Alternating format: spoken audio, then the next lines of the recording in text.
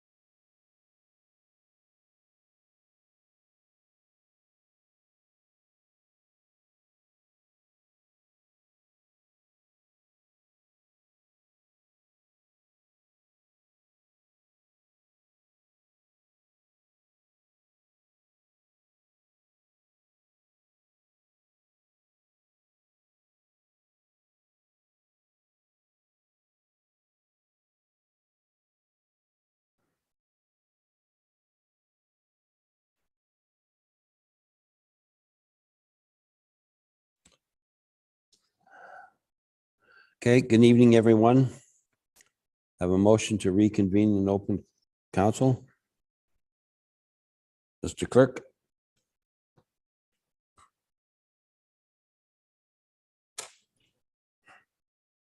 Yes, the recommendation is that council reconvenes in open session at 7 p.m. And that is moved by Councillor Holland, second by Councillor Gordick. All in favor? That is carried. Thank you. For a moment of reflection, before we begin tonight's meeting, let us take a moment to recognize that July 30th marks the International Friendship Day. International Friendship Day provides an opportunity for us to appreciate the importance of friendship in our community and in our lives. Proclaimed in 2011 by the UN General Assembly, the International Day of Friendship was influenced by the idea that friendship between people, countries, and cultures can inspire peace and build bridges between communities. Friendships help make the world peaceful and prosperous. They promote solidarity, mutual understanding, and opportunities for reconciliation. I encourage everyone to celebrate the day by spending time with friends and discover opportunities within your community to make new ones. Thank you. I'll ask Councillor Hallman to read the territorial acknowledgement, please.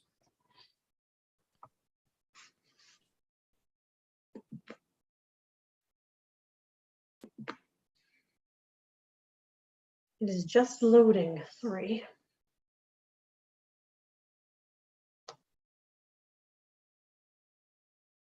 We have gathered in Wilmot Township on the traditional territory of the neutral Anishinaabe, Haudenosaunee, and Mississauga peoples. We also want to acknowledge the importance of the Dish with One Spoon Covenant, a peace agreement made between Indigenous nations before the settlers arrived. It characterizes our collective responsibility to each other and Mother Earth. We should only take what we need, leave enough for others, and keep the dish clean. By acknowledging this covenant and the First Nations, Inuit, and Métis peoples, we are reminded of our important connection to this land where we live, learn, and work together as a community. Thank you.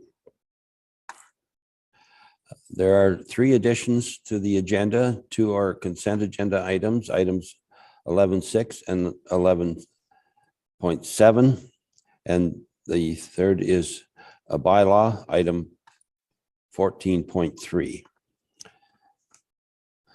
The clerk, please read the recommendation to adopt the agenda, please.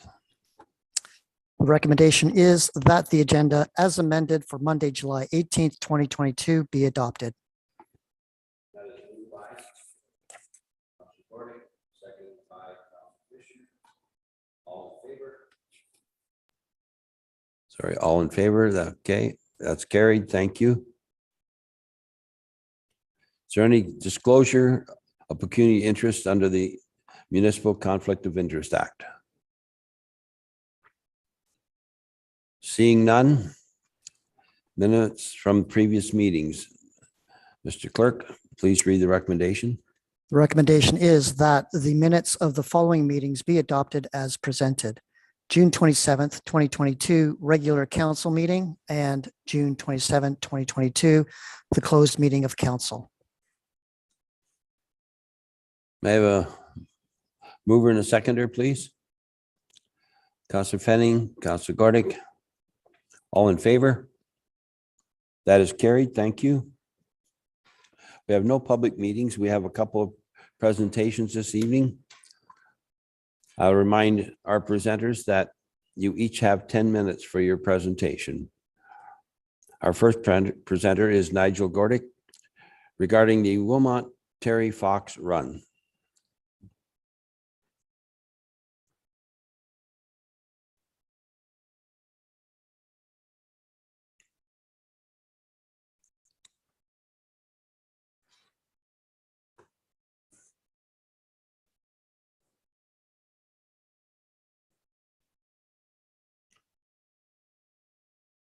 Welcome, Nigel. Good evening, everyone. Councillor Gordyke and I have organised the Wilmot Terry Fox Run since 2013. Cheryl was born in Canada, but to me, as a newcomer, Being part of the Terry Fox Run is something that connects me more deeply to my adoptive home. This evening, I'd like to share with you a celebration that we've put together for this year. Next slide, please. On July 20th, 1980, the Marathon of Hope arrived in Wilmot. Terry Fox ran through New Hamburg, Baden and Petersburg, and he took a rest break in New Dundee. This year, on July 20th, we're hosting the inaugural Terry Fox Day in Wilmot to celebrate the date 42 years ago when a national hero made this community a part of one of Canada's greatest historic events. No individual had ever attempted a feat on the scale of Terry's dream, and even now, no other Canadian unites us with a sense of common purpose like Terry Fox. We feel compelled to acknowledge that, with a special day in his honor that will keep him at the forefront of people's minds by celebrating the day when he came right here to our community. There will be several events this week, starting today, July 18th, with an exhibition at New Hamburg Library, highlighting Wilmot's connection to Terry. The exhibition runs to Friday, July 22nd. Next slide, please. On Wednesday, July 20th, Phillipsburg teacher Erin Cochimilio will be at the library for an in-person reading of Terry Fox and Me. The book, for ages 4 to 8 years, tells the uplifting story of Terry and his best friend, Doug Allwood, who drove the iconic camper van that accompanied the run. It was written by Mary Beth Leatherdale and illustrated by Milan Pavlovich. A virtual reading by Erin will be streamed on Facebook at 6 p.m. Recently, the author, Mary Beth, endorsed the video presentation when she tweeted, "I got a sneak peek at Erin's reading of Terry Fox and Me, and it is beautiful. Terry and Doug's friendship always makes me smile and moves me." We're indebted to Assistant Library Supervisor Carolyn Weber for her enthusiasm and imagination while preparing the events that are taking place at New Hamburg Library, and to Evelyn Gasho, who helped us set up the displays. Terry once said, "I just wish people would realize that anything's possible if you try. Dreams are made possible if you try." We've made a short documentary called Dream Together, which will be presented on the Wilmot Terry Fox Run's Facebook page on July 20th at 7 p.m. Local residents were interviewed to share their memories of the Marathon of Hope as it passed through the township. More than 4 decades later, you can see that people still become emotional when they recall what they witnessed. Next slide, please. I'm so grateful to the current owners of the house on Castleholme Crescent in New Dundee, where Terry and his support team ate breakfast and rested. When we were shooting the documentary, I got to walk down the same staircase that Terry did. I know this is just a staircase, which means it's not much to look at, but it's the closest I'll ever get to walking the footsteps of a legend, so it gives me goosebumps. Twice the Deal Pizza will host its annual Terry Fox fundraiser from 2 p.m. to 7 p.m. on July 20th. Proceeds from sales of Canadian pizzas to one of the greatest Canadian will be donated for cancer research. And at dusk, the Imperial Building on Huron Street in New Hamburg will be lit blue as a tribute. Full details about Terry Fox Day in Wilmot are available on our Facebook page. Once again, thank you to the Township of Wilmot for your tremendous support. This is the 10th fundraising campaign for Cheryl and me, and the Township has been a fantastic partner throughout that time. We know that every member of council has personally contributed to the cause, and so have many members of staff. Plus, of course, the Township presents us with a community grant that makes it possible for us to put together events like Terry Fox Day. Thank you all for your support. I'd like to end this evening with an excerpt from our documentary. Excuse me. This is part of our interview with David Vollmer in Petersburg as he remembers seeing Terry in July 1980. The map you'll see at the beginning of the clip shows the roads as they were back then, and that map was produced 42 years ago by Ritz Printing. Could you play the video, please?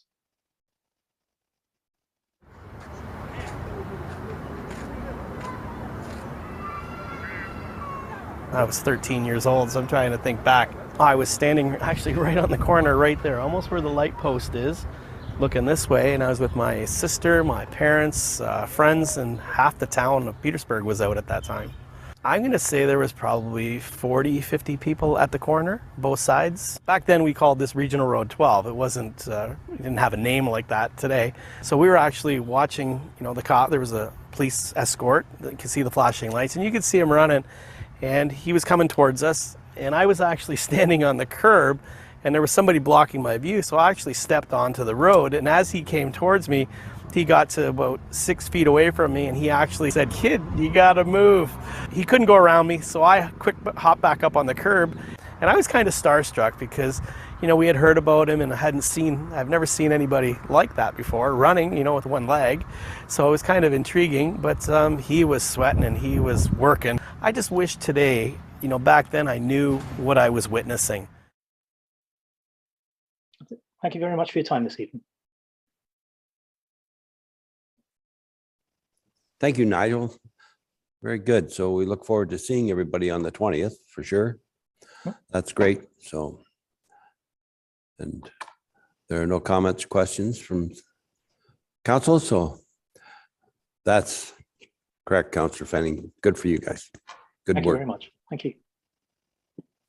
Thank you. So our next presentation is from the Children Youth Planning Table. Monica Bodmer, I guess. Okay, thank you. She put her hand up. Appreciate that because the name is different. I will bring this one individual forward. Thank you. Well, I have to say that's the name I have. If it's different, then we'll have to find somebody else to blame.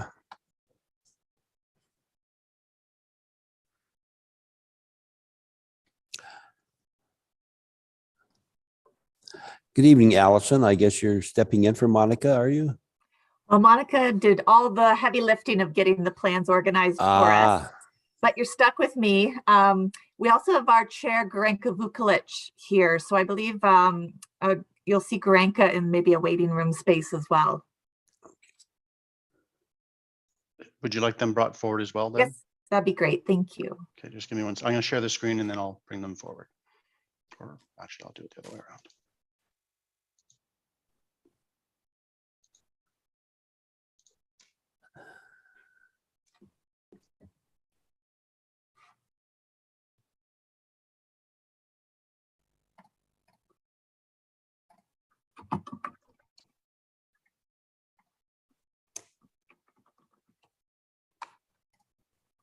Hello, everyone.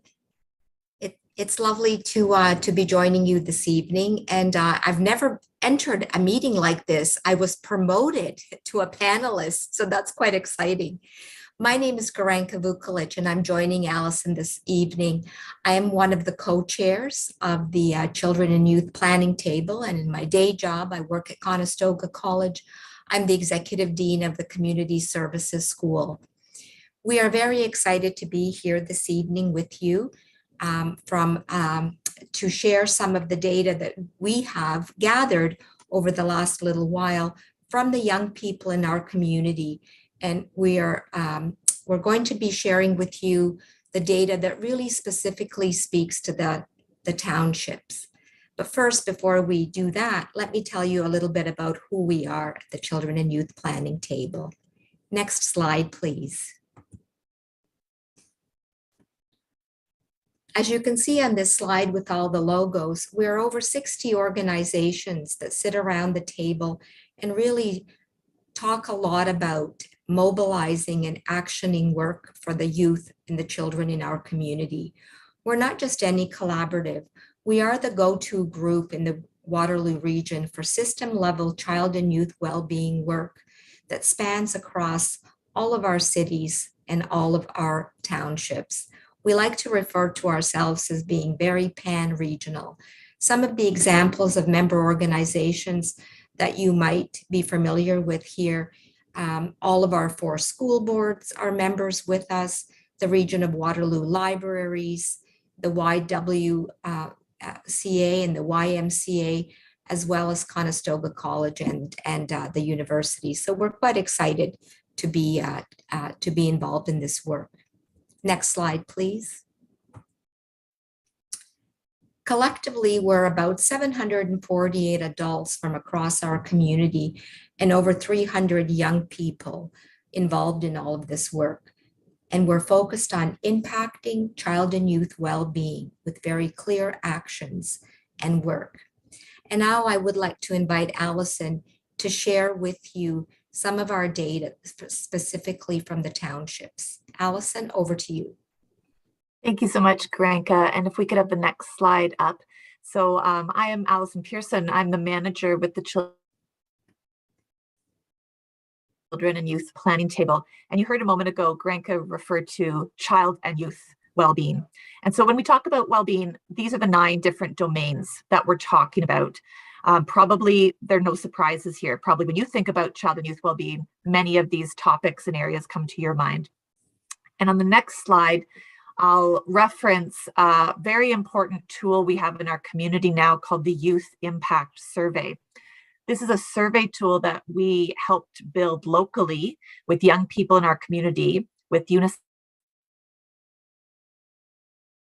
Canada, and it's a one-of-a-kind tool to hear firsthand from young people about these 9 different domains of well-being. And as we go back to, as we go ahead to the next slide, these 9 domains, as we've had a chance to use this survey over the past 2 years, I mean, we do see definitely some concerning trends on a whole. So when we look at young people 9 to 18 who have participated in this survey, and we were so fortunate this last year to hear from over 1,000, you see the red arrows, that's trending in a less favorable or a concerning direction, frankly. In the areas of happy and respected, free to play, being healthy, we see mental health figures dropping notably. We see civic participation dropping notably. And we see belonging, young people's sense of belonging continuing to be about 20 points off of where we were pre-pandemic. And belonging has really become the focus for this collaborative. Members really believe and have come to appreciate that when good things are happening with belonging, we see good outcomes in other spaces. So as we move to the next slide, as Garanka mentioned, we're gonna take a little look at some township data specifically. We have been releasing reports of the Youth Impact Survey data, and as I said, we had over 1,000 young people this past year participate, which means we could disaggregate the data in some meaningful subcategories. And so one of those categories is by geography. And so we have just over 100 young people across the 4 townships that participated in this survey. So about 1 in 10 of the survey participants. And specifically in Wilmot, we were thrilled to hear from 29 young people who connected with the survey. And thank you to anyone here on this call that helped put that survey in front of young people that were in your live. So let's move ahead to the next slide. Like I said, this is just a little taste. There's more data that we can definitely make sure you have if you don't have it already specific to the townships. But let's start with sense of belonging. So as mentioned, sense of belonging is a really key variable and impact measurement that we're keeping an eye on. And as we look at the different 4 geographies, the townships and then the cities of Waterloo, Kitchener, and Cambridge, we do see comparatively that young people who had a chance to participate in the survey living in townships were higher in their sense of belonging compared to other geographic areas. However, really important for us to keep mindful of the fact that 1 in 4 young people in the townships were reporting a weak sense of belonging. Next slide, please. Self-assessed mental health. I mean, across the board, this is a very concerning trend where we see about, half of young people on the more negative side of how they're feeling about their mental health in 2021. Again, though, we do see a slightly more favorable picture in the townships.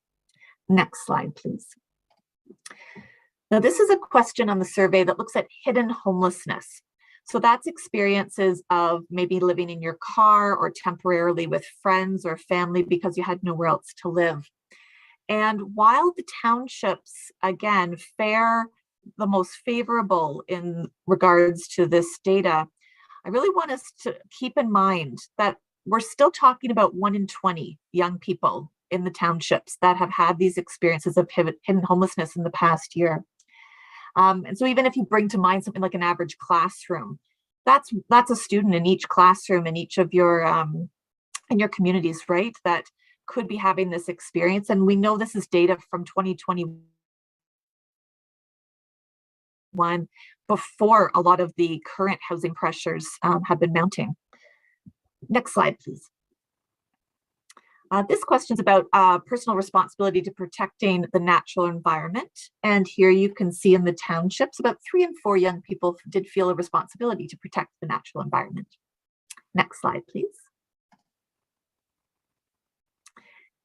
And a lot of young people, especially in the townships, felt that the quality of the natural environment in their neighborhood is very high. Next slide, please. When we asked about culture and recreation facilities and access, how easy for me is it to get to? We did see that about 1 in 3 did not feel that they had easy access to the recreation and cultural facilities within the townships. Next slide, please. So as I mentioned, that's a taste of the data, and we encourage you to take some time and dig into the information that young people are sharing specifically with you from the townships. And we would have loved to have had you get a chance to hear from one of our youth connectors who were directly involved in mobilizing this survey tool and connecting young people and hearing their voices. And they always do such a wonderful job in really reminding the adults of how important it is when we ask for input and when we, we ask young people to take the time to share their voices and their ideas to make sure that we are actually using it. So on this final slide, just a few ideas to leave you with. Really encourage you to think about how you can use the data from the survey as you think about your own decision-making processes and opportunities that you engage in around your table. Think about in the Township of Wilmot how voices of young people can be heard more regularly. One of the comments we heard from people about the survey itself was just so much gratitude that anybody was asking how they were doing and that people seemed to really care about what the young people had to say. And then finally, please be part of actioning the Community Action Report, which is a compilation report that we're working on related to the actions specifically that young people across all communities in the region of Waterloo have been offering in terms of what could meaningful change look like. So thank you so much. And Granka, I'll just hand it back over to you. Thanks so much, Allison. Thank you very much for giving us the opportunity to speak to you about this evening on behalf of the Children and Youth Planning Table. We're very excited about these data. And as Allison said, we're excited about a couple of things. And I think for me, one of the most important things I learned through this is how grateful our young people are to be asked and how engaged they want to be in the decision-making of their communities.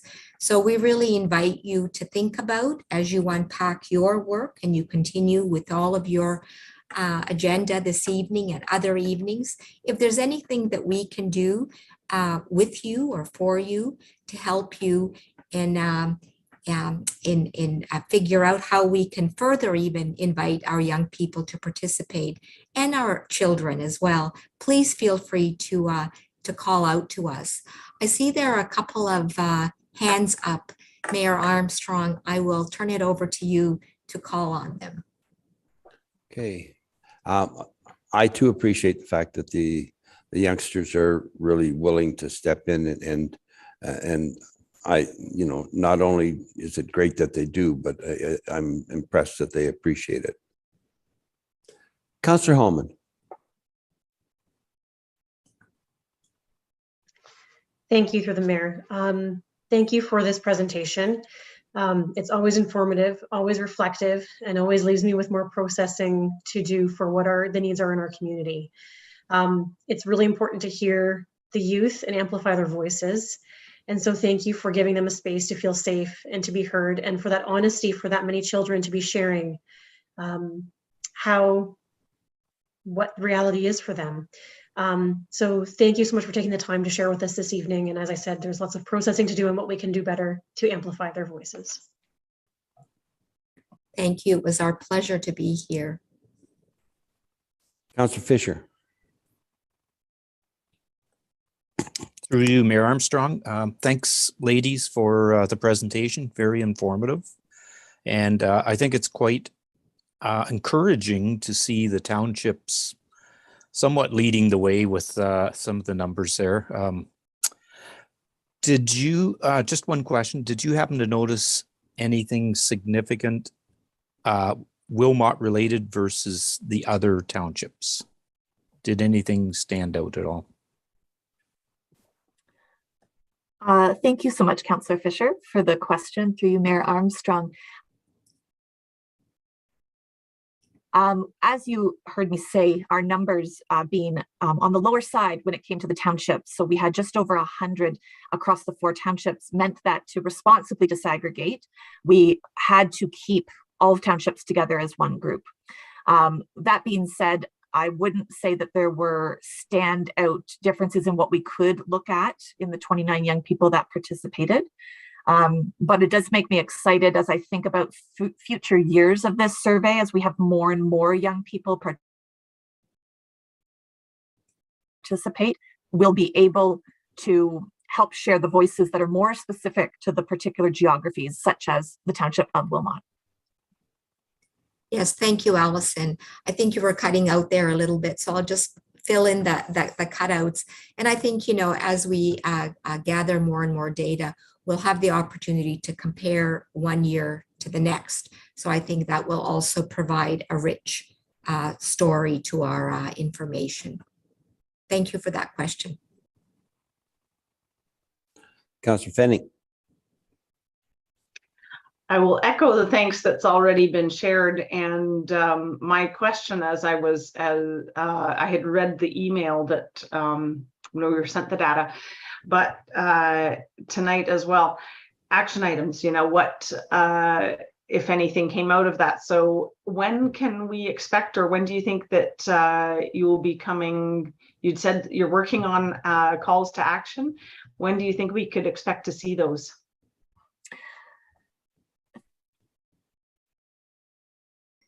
Thank you, Councillor Fenning, through Mayor Armstrong. The report, which we're loosely calling a report, the Community Action Report, is in the process of being compiled.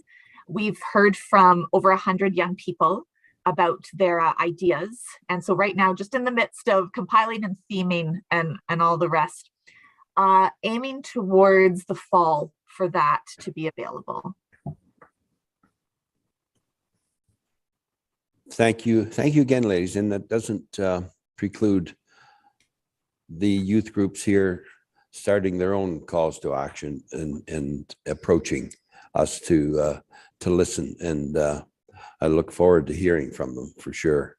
So I appreciate the information, and we look forward to a further conversation with the young people so they can, as they will, tell us what we're doing wrong and help us to correct what we're doing wrong. So thanks again, ladies. Thanks so much, and enjoy the rest of your meeting. Bye-bye.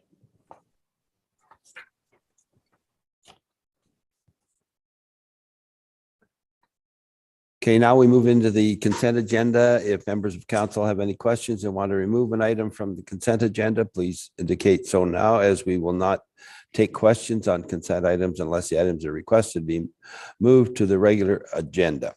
I would ask the clerk to read the recommendation, but are there any we wish to have pulled? And I believe there is one. Councillor Hallman. Thanks for the mayor. I'm looking to have 11.1, 11.2, and 11.3 pulled.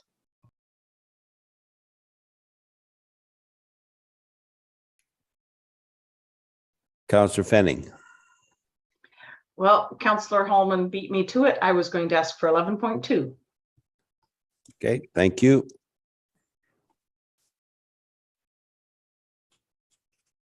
So I will ask the clerk to read the recommendation, eliminating the first three. Okay.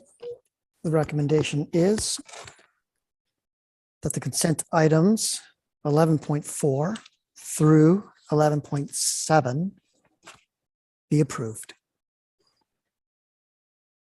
I have a mover and a seconder, please. Moved by Councillor Gordick, second by Councillor Hallman. All in favor? That is carried. Thank you.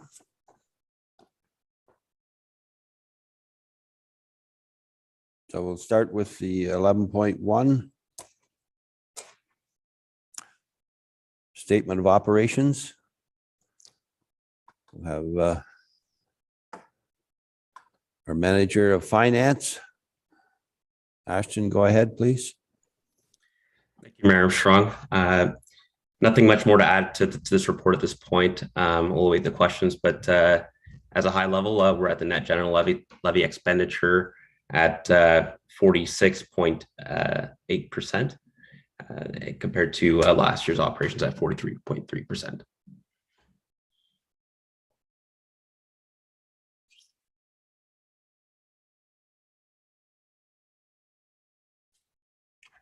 Councillor Hallman, go ahead. Thank you, through the mayor. I'm just looking at my notes here. I just had a clarification question on page 49.27. And it's just regarding the charges for the advertising. I'm just wondering for clarification, do we charge the associations a fee to install both the hockey boards and the ones that go up at the ball diamonds?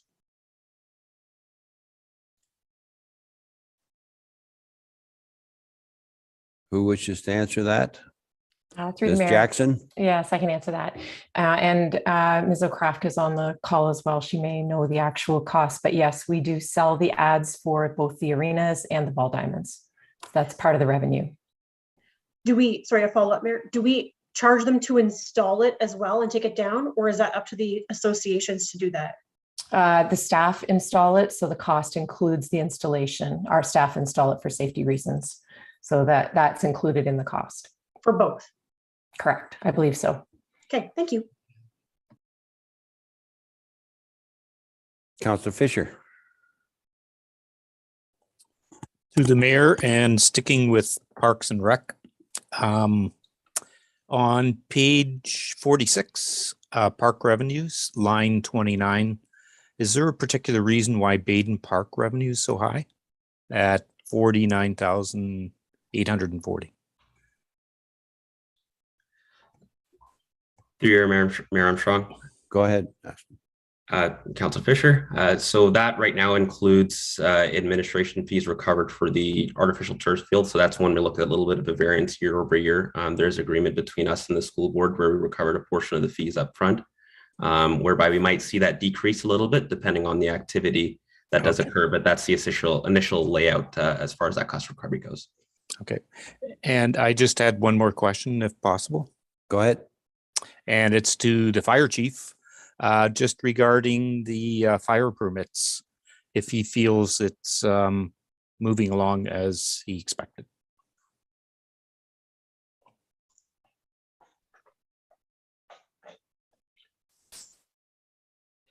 Go ahead, Chief. Sorry about that. My camera wouldn't come on. Through you, Mayor Armstrong. Right now, the last time I checked, we're tracking at about, I believe it was around $6,500 in burn permit revenue to date. I assume that's what you were speaking of. So if we're going to reach the projected gas at this point, I would say the answer would be no. Okay, thank you. Councillor Hallman. Thanks for the mayor. Sorry, I had a little scratch note here that I wanted to ask about. Not sure if this is I think it's more of a director of, I think it's more of a Sandy question. I'm just wondering if something that we can explore, sorry, you're on and off. Just a note about, as we prepare for the 2023 budget, is it something that we can explore looking at a fee to charge at the track for runners? I just keep hearing a consistent amount of people interested in like a membership opportunity for a certain time to like utilize the track. I'm just wondering, like, sorry, the outdoor track that's located at WO. I'm just wondering for a revenue stream, if that's something that we could also consider looking at in that budget process and see how that might shake out. Through the mayor, we can look at that.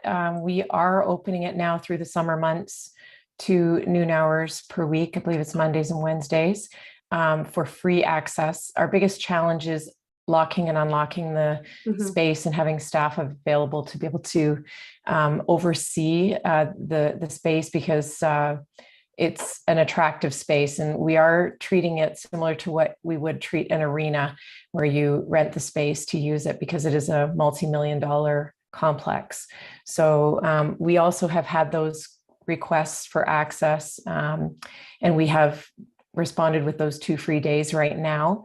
A membership would be challenging, just speaking off the top of my head, because people would want to attend it at varying times. And when we have rentals on, it's difficult to have 2 different activities potentially happening at once. But we can certainly look at what other facilities are doing. But in my experience and what I've heard through Waterloo Region, where there's fields like this, it's not really a membership type of facility.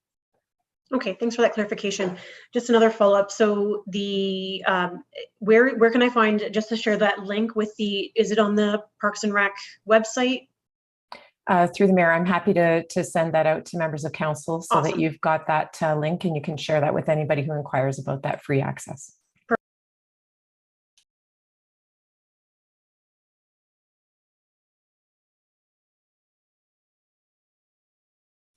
So I see no further questions, so I'll ask the clerk to read the recommendation, please.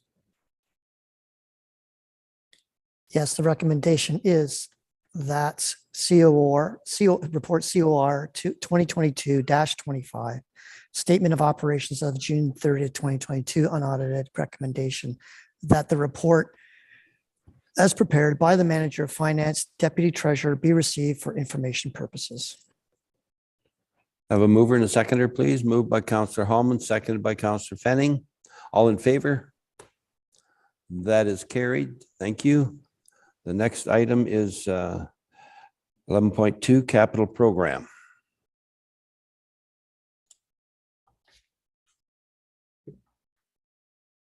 Mr. Romney, go ahead. Thank you, Mayor Armstrong. So the report outlines statements on each capital project underway by the township. To date, approximately 38.16% of approved funding has been sent to date.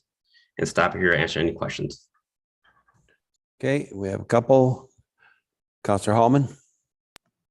Thank you, through the mayor. Just a clarification question, page 89, regarding the land study that's being done.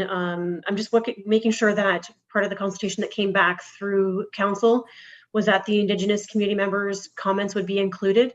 I'm just looking to kind of touch base to see that that email that kind of came through has been included in that and will be part of that coming back.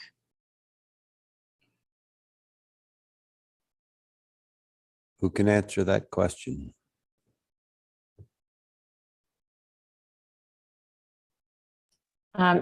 Mr. Mayor Armstrong, could I get clarification on which project you're referring to, Councilor Hallman? I'm not sure if it's mine or not. So I'm just going to scroll right to the page so I can just read it right from it. Scrolling, sorry.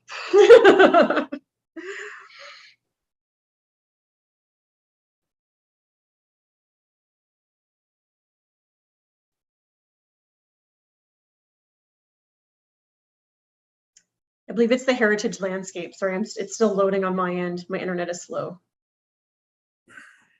Okay, that one would not be mine. Oh, there's Mr. Okrafka. Aha, it's under. Through you, Mayor Armstrong. Go ahead. The cultural heritage landscape, the region will be doing the consultation as is required, actually, under the provincial planning requirements for cultural heritage landscape. So consultation is a part. It doesn't need to be added on. It has to be a part of it. So when we do receive that report back, it will describe how the region, as our consultants on that project, have consulted with Indigenous communities. And that's the commitment that their staff had previously provided at 2 presentations to this council.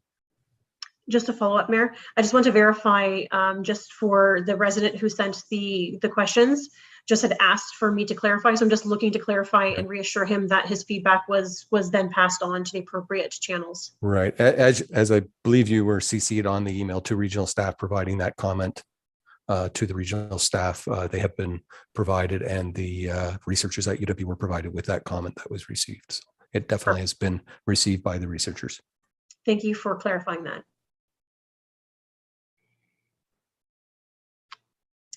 Go Do ahead. you want me to go another? I have another one. Yeah, carry on. Page 90. I'm just looking for clarification.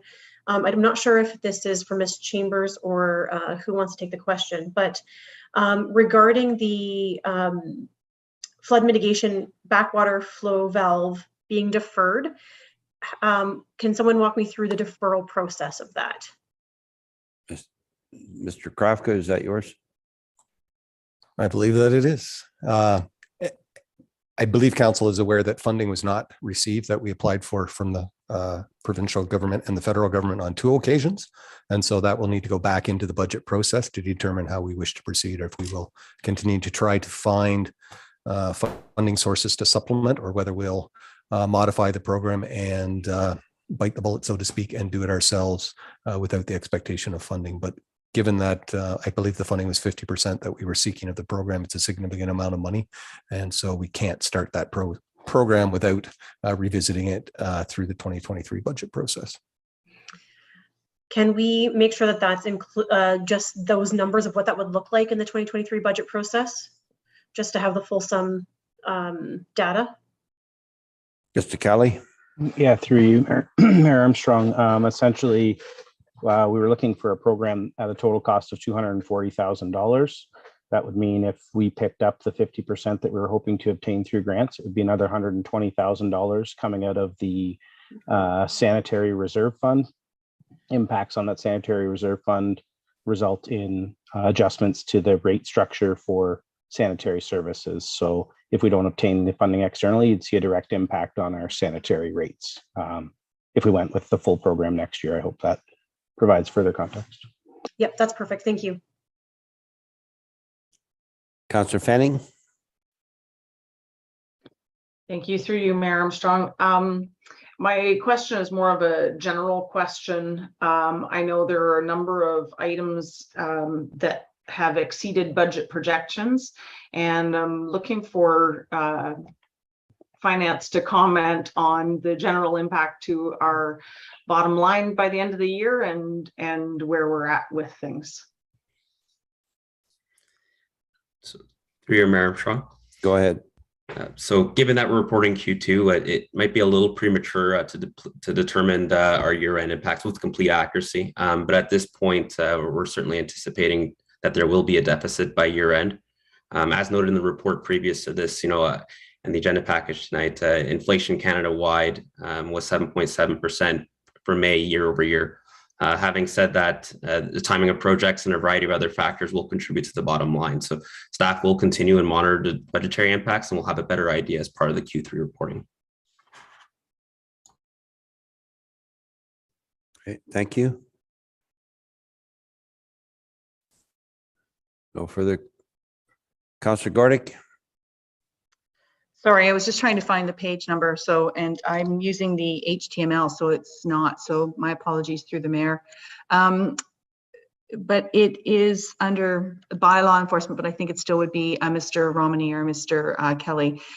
Just could you speak a little bit to, there's 2 RFPs that were issued for vehicles, and I do see that it says that they're going to be delayed because no RFPs. Could you speak to the delay? Like, do you have an idea of how long they might be delayed? Is it, did we not receive RFPs because we were under like the amount that we asked for? Could you speak to those 2 with the vehicles that we didn't receive an RFP for, please? So, through your Mayor Armstrong. Go ahead. So just to add some context for those 2 vehicles in particular, those were for more, one was a battery electric vehicle and one was for a plug-in hybrid. So looking at that technology, level of technology on vehicles, the supply and global supply chain pressures and all that, it really ranges from the maker, but I've heard 6 months to almost 18 months as far as delivery. So as far as, certain manufacturers aren't even accepting, taking pre-orders as an example. So really, when we did go to market, there wasn't really an appetite from a competitive perspective for auto manufacturers or certain dealerships to make a bid, and that's what we've observed in those times. So we're looking at alternatives to try and procure vehicles of these types at this time. Thank you. See no further questions. Ask clerk to call the question, please. Recommendation is that report COR 2022-025, capital program review as of June 30th, 2022, unaudited, as prepared by the manager of finance / deputy treasurer, be received for information purposes. Thank you. We have a mover and a seconder. Moved by Councillor Fetting, second by Councillor Gordick. All in favor? That is carried. Thank you. Next item is 11.3, cemetery bylaw repeal.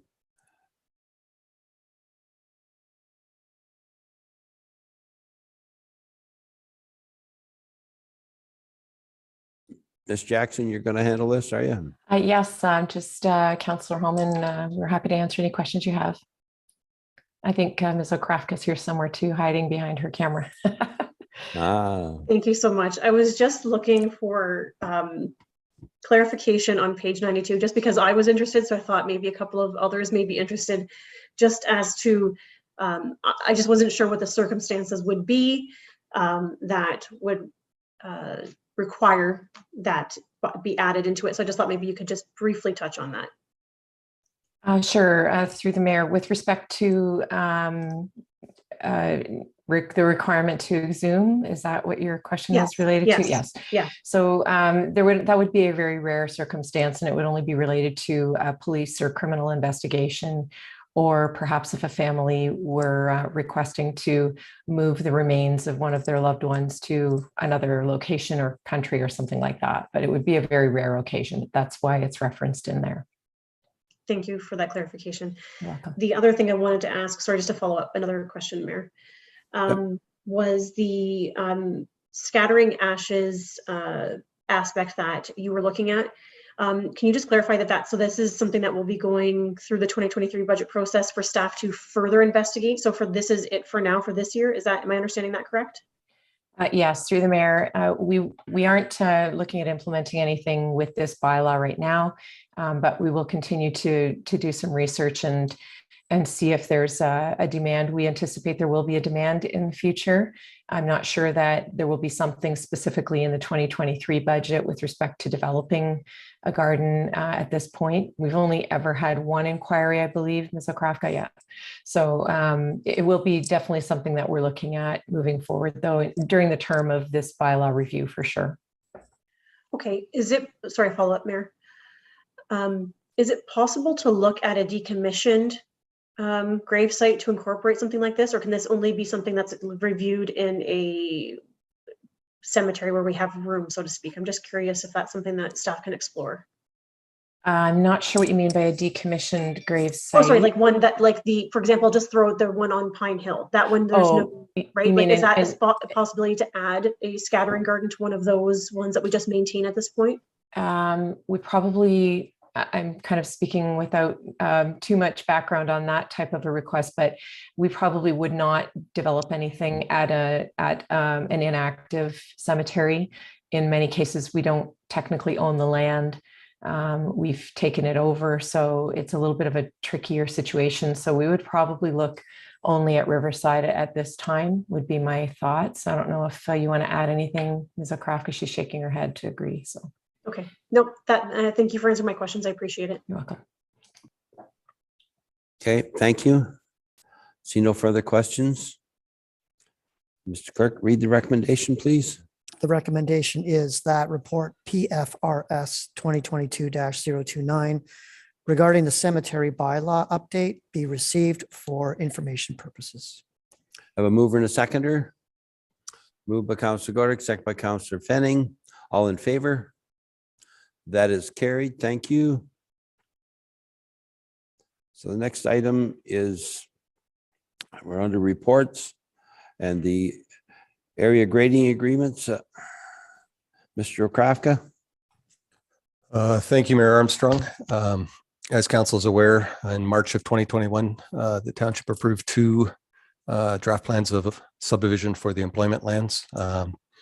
The Hamburglers site on the east and the Baden View site on the west, which collectively we refer to as the employment lands. Since that time, the applicants have been working on detailed engineering designs and working towards the completion of a subdivision agreement with the municipality, which will govern all aspects of the development, including area grading, sanitary servicing, water, stormwater management, lock grading, drainage, road construction, and all the various other aspects that are contained within the draft approval conditions. Through this work, the developers have requested that we consider entering into a subset of the subdivision agreement by allowing an area grading plan to be approved and governed to allow them to start moving earth on the site while we finalize the details of the detailed designs. This isn't something the township has done in the past, but certainly it's something that other municipalities around us have done successfully, and it is a way to allow the developers. They have about 6 months worth of work estimated to do the area grading, which involves pushing back topsoil, bringing in fill, carving the landscape for the storm pond in general terms to area grade it so that it's ready to be serviced. So by the time the engineering drawings and subdivision agreement would be formally in place, they would be ready to start servicing. There's other components obviously tied to this agreement. As you're aware, the region of Waterloo is currently working on water mains in the New Hamburg community that will ultimately tie into this plan. So there's a lot of moving parts to this. Staff have worked with the township solicitor, and we feel that it's an appropriate tool by which to allow the developer to start moving soil on the property and to begin hauling fill into the property. The access would only be through Nafziger Road. There wouldn't be any dump trucks on Hamilton Road. That would be limited through the agreement to only the Nafziger Road entrance. But certainly it is a very major project. Certainly the timing is good. There's a lot of proposals for new industries out there through the economic development partnerships that we have with the region of Waterloo and the province. Certainly these lands will be in high demand, and the sooner that we can bring them on stream, the sooner we will realize providing jobs locally, enhancing our taxation base, and building a community where people can live and work in the same community without having to necessarily drive somewhere else. So there's a lot of positives out of this. The agreement will contain the securities that are standard, the payment of fees, all those aspects. And again, it really is just a subset of the subdivision agreement, but due to our standard wording of conditions for draft approval conditions, we reference subdivision agreement in the singular.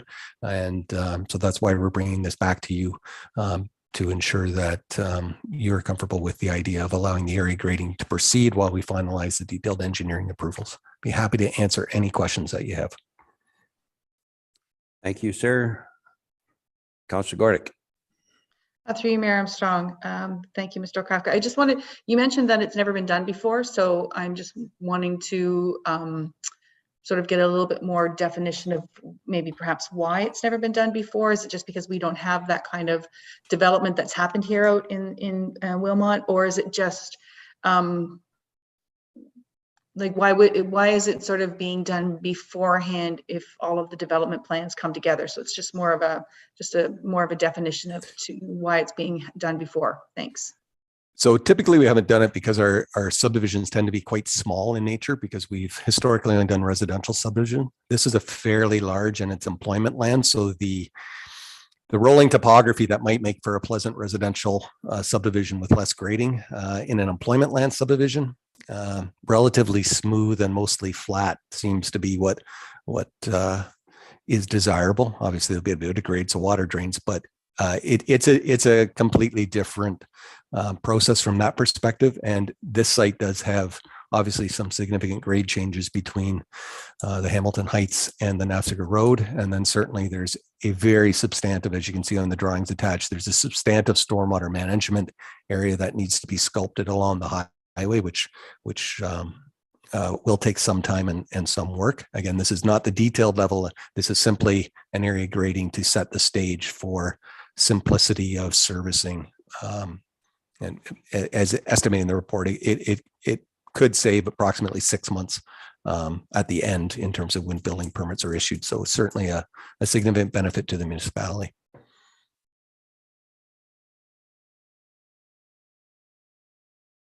Okay, thank you. Councillor Fenning. Thank you, through you, Mayor Armstrong. Mr. Okrafka has largely touched on most of the points that I was interested in hearing added to the description. I think it's important for residents to understand, you know, when the key features of the space are that it is quite rolling, And there is going to be some change in grade required in order to accommodate the type of building that we hope to see there. And understanding, of course, that is a very positive thing for our community, and the community has been absolutely chomping at the bit, eager to see this proceed. But that, you know, there's going to be a lot of fill required to achieve that desired grade. And, you know, so there shouldn't be cause for panic when trucks are rolling. So maybe if you can just, if there's anything further you wanted to add in terms of that leveling requirement, understanding, of course, that, you know, as well, the drainage works are very important, and I have full faith in our staff in order to ensure that those are addressed appropriately as the project moves forward. Through you, Mayor Armstrong. Well, I can give you some rough numbers if that helps. I anticipated the question. So from the rough numbers that I've looked at, there's about 58,000 cubic meters of topsoil to be moved. On-site cut and fill in the volume of about 215,000 cubic meters. And then the importation of fill, and again, that would all be through the agreement, checked regularly, ensured that it's clean. There's about 113,000 cubic meters of fill to be brought into the site. So a significant volume of fill. Again, emphasize that it will be coming in through the Nafziger Road entrance, not through Hamilton Road. And again, the developers have estimated it's approximately 6 months worth of simply area grading to get the site prepared so that then they can go in and do the fine grading, enter and put in the storm pond, the storm infrastructure, the water mains, the sewer, the roads, the multi-use trail. There's again another benefit that the community has been waiting for a long time is the completion of that multi-use trail from Hamilton Road to the WRC. Thank you. Councillor Fisher. Through you, Mayor Armstrong. I'm pretty excited that this is happening. People have been waiting a long time for to get rolling, and if we can move it forward by 6 months, that's fantastic, I think. But I know at one point there's going to be phase 1 and phase 2, but the grading is going to be right across, I guess, I'm assuming. And is there any other information you can give us? Are people knocking at your door looking for property, or any news bits you can tell us? It's selling the employment lands once they're shovel ready will not be a difficult task. Multiple inquiries. I'd say it would be rare that a week goes by where we don't have one, if not 2 inquiries. Certainly the province is aware of the site. The regional economic development group is also aware of the site, and it's got a lot of potential with, you know, highway access, potential for rail access. It's really well situated as well. So that's about all I can tell you. Is there's all kinds of interest in it, and the biggest question that we get is when will it be available? So anything that we can do, again, ensuring, you know, the I's are dotted and the T's are crossed. If we can speed this up by 6 months, from a staff perspective, we certainly recommend doing that. And from my perspective, it would certainly be nice to get that done because we've been only working on this for 10 years or more. Councillor Hallman. Thank you, through the mayor. Just throwing spaghetti on the wall kind of question. Do we have any idea as to like when the streets will be there, that we can see something that physical of a change? And just curious. Through you, Mayor Armstrong, without making any promises, if grading was to begin shortly through this process, I would expect that grading would take until the end of the year. We'd have the agreement in place probably this fall, September, October, and then servicing work would be dependent on the developers. But you know, if servicing started in the spring, you'd probably see roads in by next fall, which would be you know, pretty good turnaround, I think.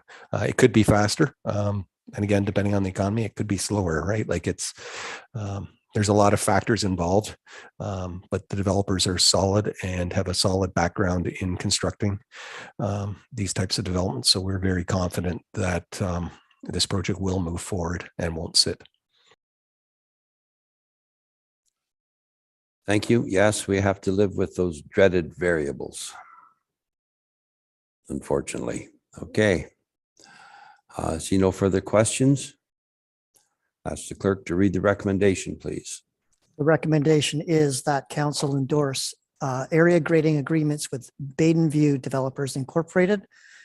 That's 30T-19601, and New Hamburglers Incorporated, 30T-19602, known collectively as the Wilmot Employment Lands, subject to the satisfaction of the township solicitor, and further, that subject to the above noted authorization, works move forward in advance of the formal subdivision agreements in order that all necessary grading occur prior to commencement of servicing the lands and construction of roads.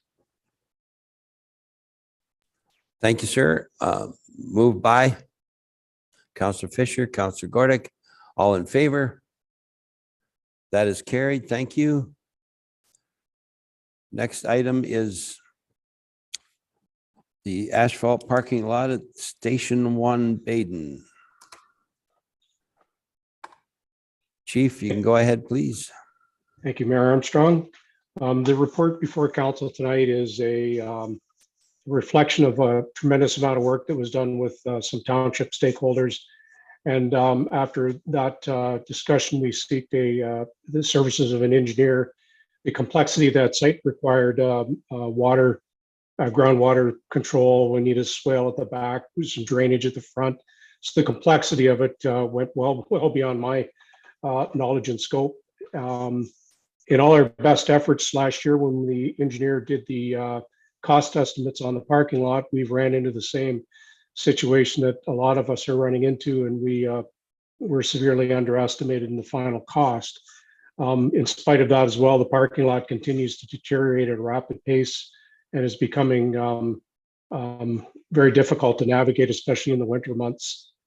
So we're seeking council's approval to move forward with this project. Available to answer any further questions.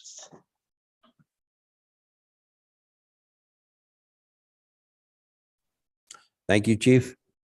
See no questions. Have a mover and a seconder, please, and we'll have the clerk read the recommendation first. Recommendation is that RFP 2022-32 be awarded to A. Wesley Paving for the replacement and completion of Station 1 parking lot in Baden in the corrected amount of $111,073.77 net of plus HST. Have a mover and a seconder, please. Moved by Councillor Gordick, second by Councillor Fisher. All in favor? That is carried. Thank you. Next item is the Shout Wetlands. Ms. Jackson. Thank you, Mayor Armstrong. So this report provides council with an update on the design and progress of the Mike Scout Wetlands Preserve as a follow-up to previous staff reports. And as council is aware, Mr. Scout had generously committed up to $1.5 million to develop the preserve, including the completion of engineered design, approvals, and construction of 6 wetland ponds, planting of approximately 10,000 trees and pollinator meadows, a heron, eagle, and osprey nesting platforms, and the development of trails in a parking lot to accommodate residents and tourists who visit the 55-acre site.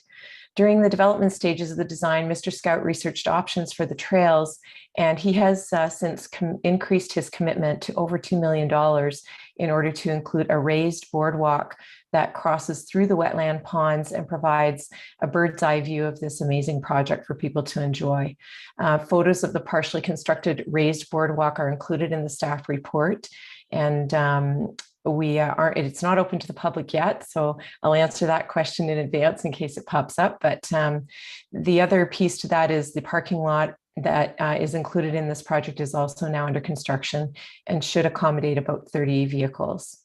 Also through the construction process, staff and Mr. Scout have been evaluating the Park Lane entrance, which is currently a typical turf stone laneway that's used for park vehicles. And with the anticipated popularity of this location due to the raised boardwalk and other features, staff are seeking council support this evening for a future capital project to design and construct a 2-lane hard surface entrance with a separate pedestrian walkway and consideration for bus parking should the site become a school destination. This particular aspect was not included in Mr. Scout's original proposal. And however, we feel as staff and Mr. Scout, for safety reasons, to safely move folks in and out of the site. And with respect to the residents living in that area, we feel this is an important future feature. So staff will continue to seek suitable grant opportunities to fund the proposed entrance improvement and relocation of the portion of the Bridge Street Bridge, which is from an earlier report that staff provided. And with that, I'm happy to answer any questions that council may have. Thank you. Thank you, Ms. Jackson. Councillor Hallman. Thank you for this update. It's always exciting to get these updates on this project. The community is really looking forward to it. So your comment at the beginning about not open yet is a good one. Did want to ask about the intention is looking to pave the roadway going in. Through the mayor, yes, we do. The turf stone is currently a permeable surface, and we would love to keep it that way from an environmental perspective. However, we are concerned that large buses in particular, and even emergency vehicles, that may be difficult to support. So we will look at other alternatives if there's something else that we can do. But it is what we're proposing initially. And again, we'll do more investigation, but the turf stone that's there now is already showing signs of damage. There's a lot of them are cracked and broken. And in order to safely have two-way traffic coming in and out of the space, we feel it needs to be widened a little bit and a proper surface that looks like an entrance laneway. Hope that kind of answers your question. A follow-up, Mayor? Go ahead.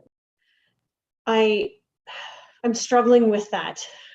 I really am. And weighing back and forth with, like you described, with safety and wear and, financial responsibility, but the environmental aspect, especially in such an environmentally important area that we're investing so much in. Are we looking at continuing with this, just for clarification, continuing with what it is now, and then seeing if that goes back, and that at that point it would come back to that council of the day to determine, or are you looking to really plan for this now?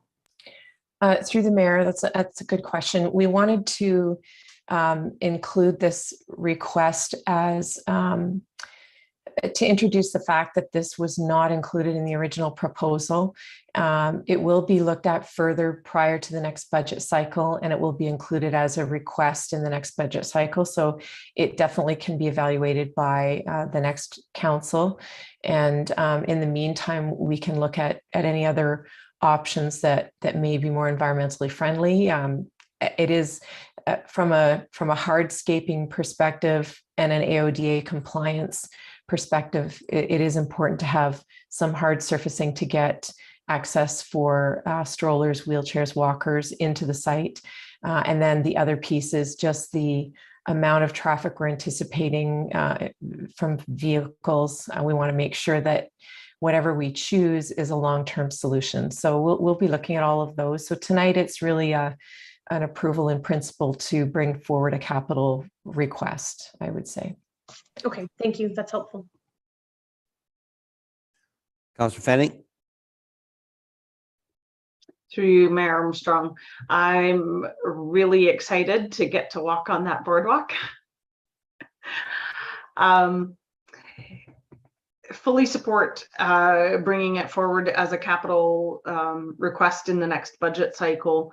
Kind of echo what Councillor Hallman had said. In that process of design, I would anticipate that you would be looking for the most environmentally friendly option that we have, understanding, of course, that permeable surfaces in a floodplain and subjected to the types of traffic and environmental conditions that that space is subject to might end up putting it into being paved. But I would hope, and I'll look for those features to be discussed and explored during the design process. So very much support it, and want to express gratitude again to Mr. Scout for his generosity to the community, and for his ever growing generosity, particularly with this project.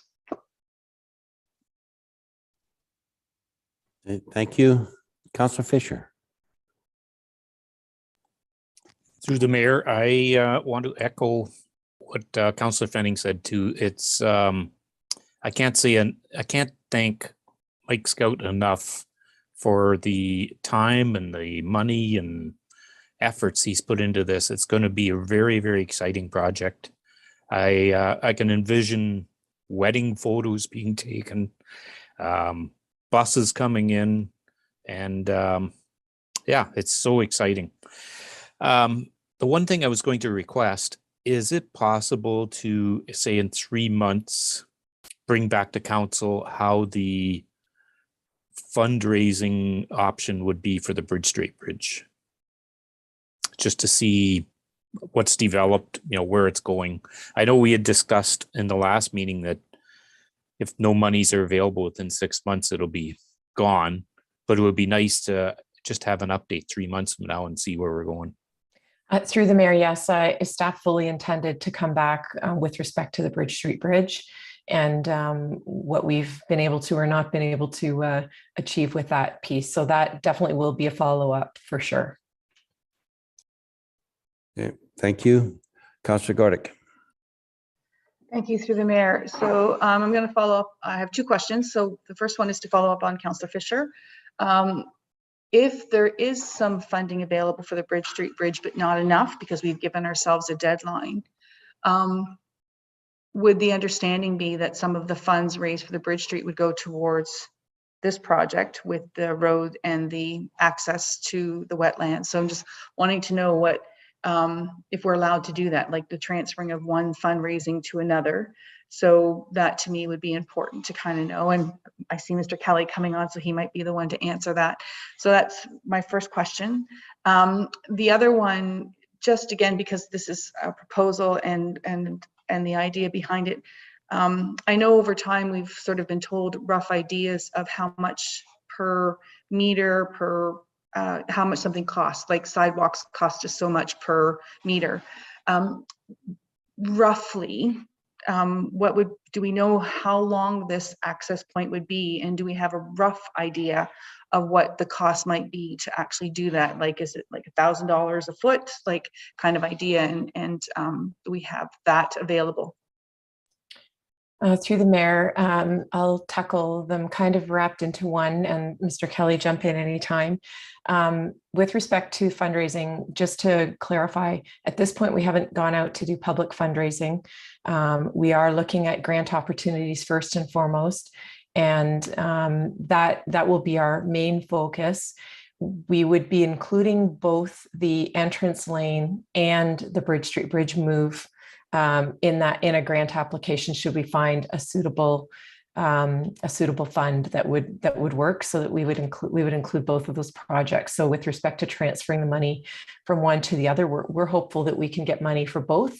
The entrance lane being an important aspect to drawing tourism to the community and having a proper laneway versus a turf stone park access lane that we currently have right now.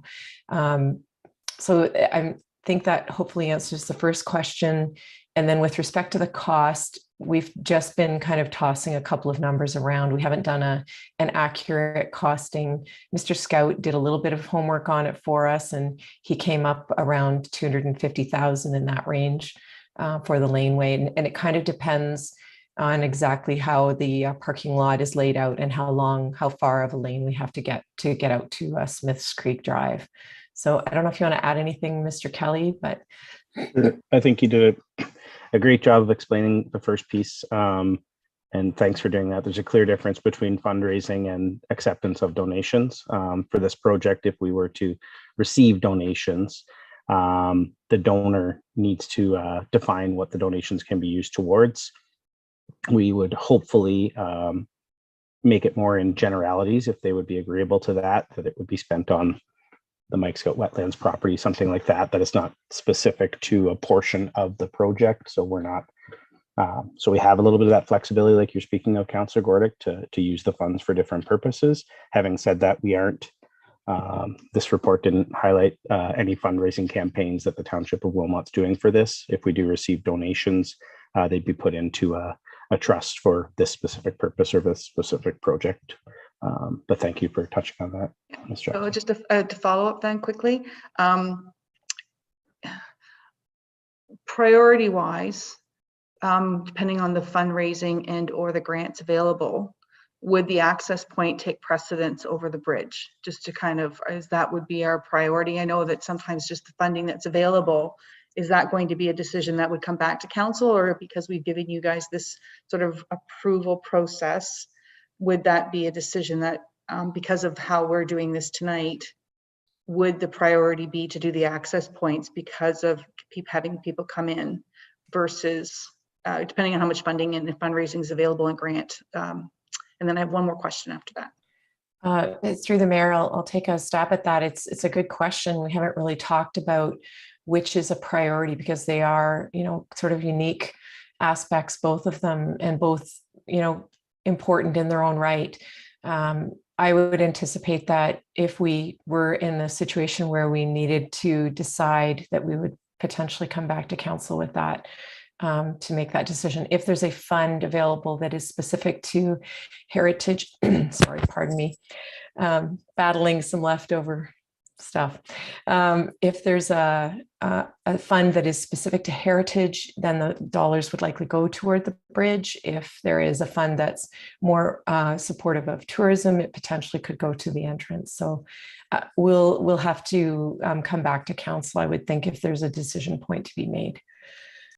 Okay, I appreciate that. Thank you. And then just following up again through the mayor, following up with Mr. Councillor Fisher's comments with regards to weddings, when you thought that sort of hit something for me. Are we anticipating this could be a possible revenue? Like we want to ensure that the property is maintained. You just don't want a bunch of people showing up and potentially damaging the wetlands with whatever. Would this be something that we would have to sort of have a way of monitoring who's out there if there is something like a wedding or other kinds of party venue kind of idea? Has that been looked at because of what you've said, the possible tourism aspect of this property? Yeah, through the mayor, another good question. One of the conditions Mr. Scout requested when he offered to develop this space was that the wetlands always be free to the community. So I don't anticipate that we would be able to create any kind of a revenue stream with respect to weddings coming for photos, etc. There really won't be a space where, you can find a space to have a party anywhere, I suppose, but there really isn't going to be a space that's going to invite groups to gather in that area. With the boardwalk is really going to direct the traffic. That's our anticipation, that people they'll be going on to the boardwalk.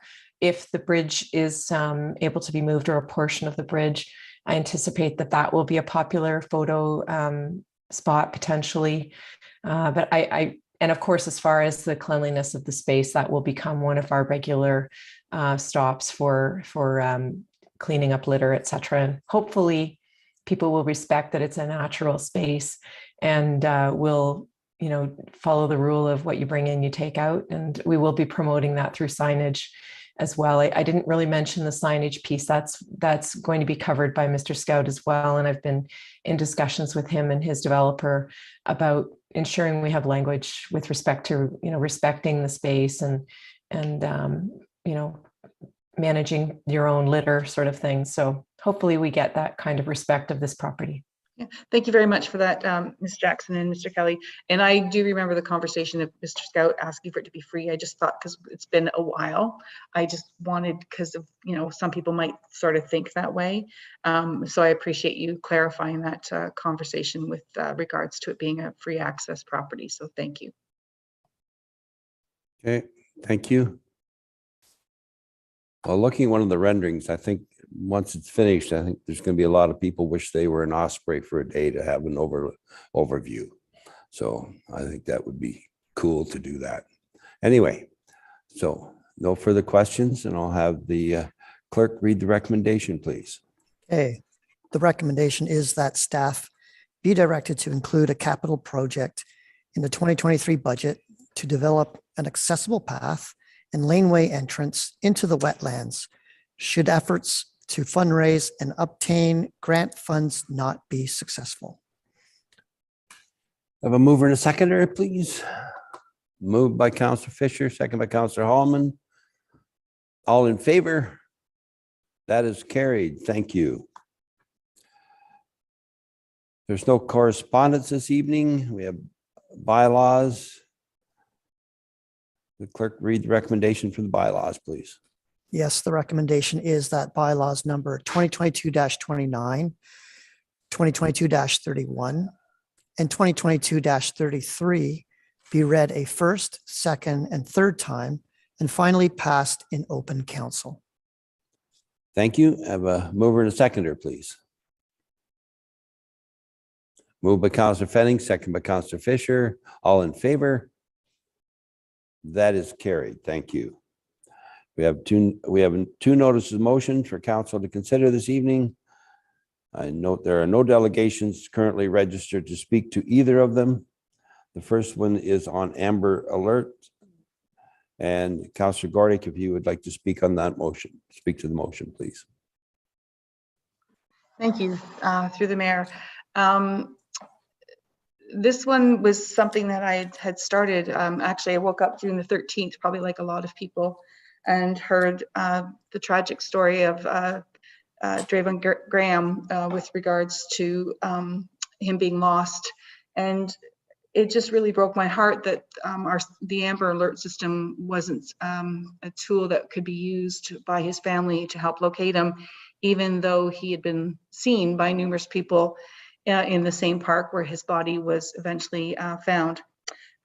So I'm thankful to our program manager, our project manager, Christine Turling, to help me with this motion to bring it forward, because I believe that we should be sending us a message perhaps, or asking for the province to help us to expand the Amber Alert program to include individuals that aren't necessarily taken and need to be found, but just those that maybe need the extra help and assistance to be found. So thank you.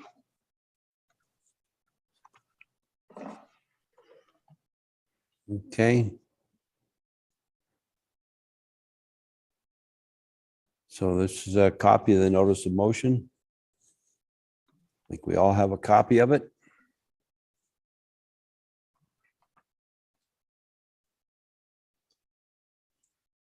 And could we get a seconder for that motion? Councillor Fenning.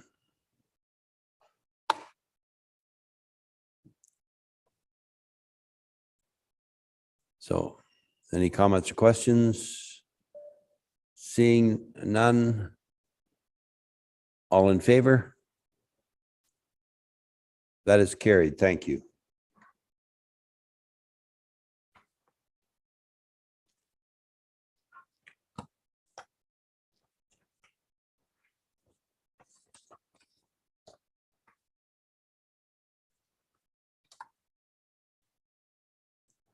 Next one is release of all federal and provincial documents related to the former Mohawk Institute Residential School.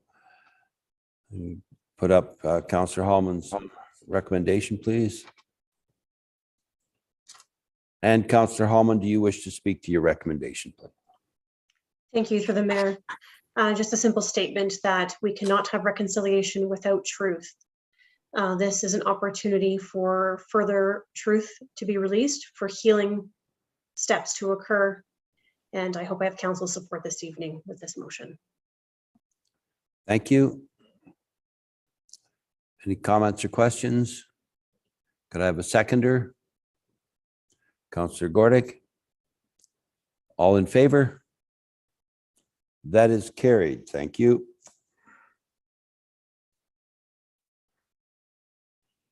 Now we come to announcements. And one important announcement for the coming heat wave is that there are cooling centers through the township, and if you want information on them, you can contact township or the facilities department to find out where those locations are. Councillor Fenning. Thank you. Through you, Mayor Armstrong.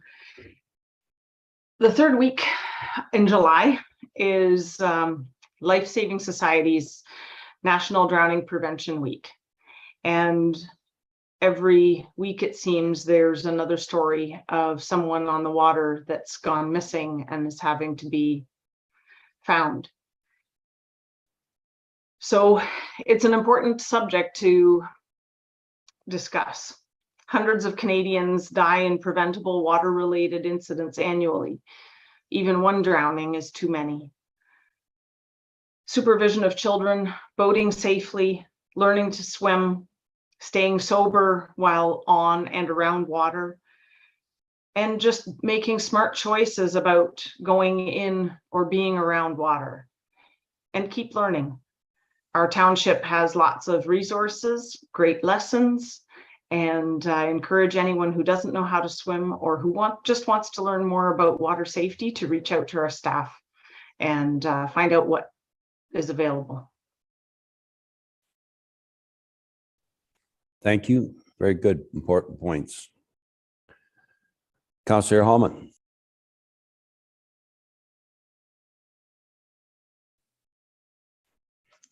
Thank you, through the mayor. I'm not sure if Ms. Jackson is still on the call. It looks like she is no longer. That's all right. I can hope that this message gets passed on to her. It was quite lovely to see the Women's Institute plaque at the park on Friday night. The community was so excited and thrilled to have that, and they were definitely praising Ms. Jackson and her staff for working with them, the excellent correspondence, the great placement, and they're very proud and they're very thankful for being recognized for this contribution and the amazing work that the Women's Institute has done for decades in the community. So just wanted to thank them for that. And also Friday evening, we had a lovely concert in New Dundee Park, and it was a fundraiser for the New Dundee Board of Trade. We raised $500 toward keeping the Christmas tree, the Christmas lights in the community going. And it was news to me to learn that how much more appreciative I am for the community efforts and volunteerism that happens, as that is funded through the Board of Trade. So my sincere thanks to them for always lighting up the streets the holiday season, cheering up the kids and the adults who are young at heart. And thanks to everyone who came out and contributed. Thank you, and congratulations to the fundraisers. Any other announcements? Very good. So next item is business arising from closed session. There's one item. The clerk read the recommendation, please. Yes, the recommendation is that staff proceed to take action as directed by council in the closed session this date concerning an identifiable individual. Thank you. That is moved by Councillor Fisher, Councillor Hallman. All in favor? That is carried. Thank you. Confirmatory bylaw, Mr. Clerk. Recommendation is that bylaw number 2022-32 be read a first, second, and third time and finally passed in open council. Thank you. I have a mover and a seconder, please. Councillor Godek, Councillor Fenning, all in favor? That is carried. Thank you. Ask the clerk to read the final recommendation of the evening. Thank you. Recommendation being that we do now adjourn to meet again at the call of the mayor. I have a mover and a seconder. Moved by Councillor Hallman, second by Councillor Fisher. All in favor? That is carried. Thank you. Have a great evening. Thank you, everyone, for tuning in. And now we can all go and watch somebody hit a home run if they want.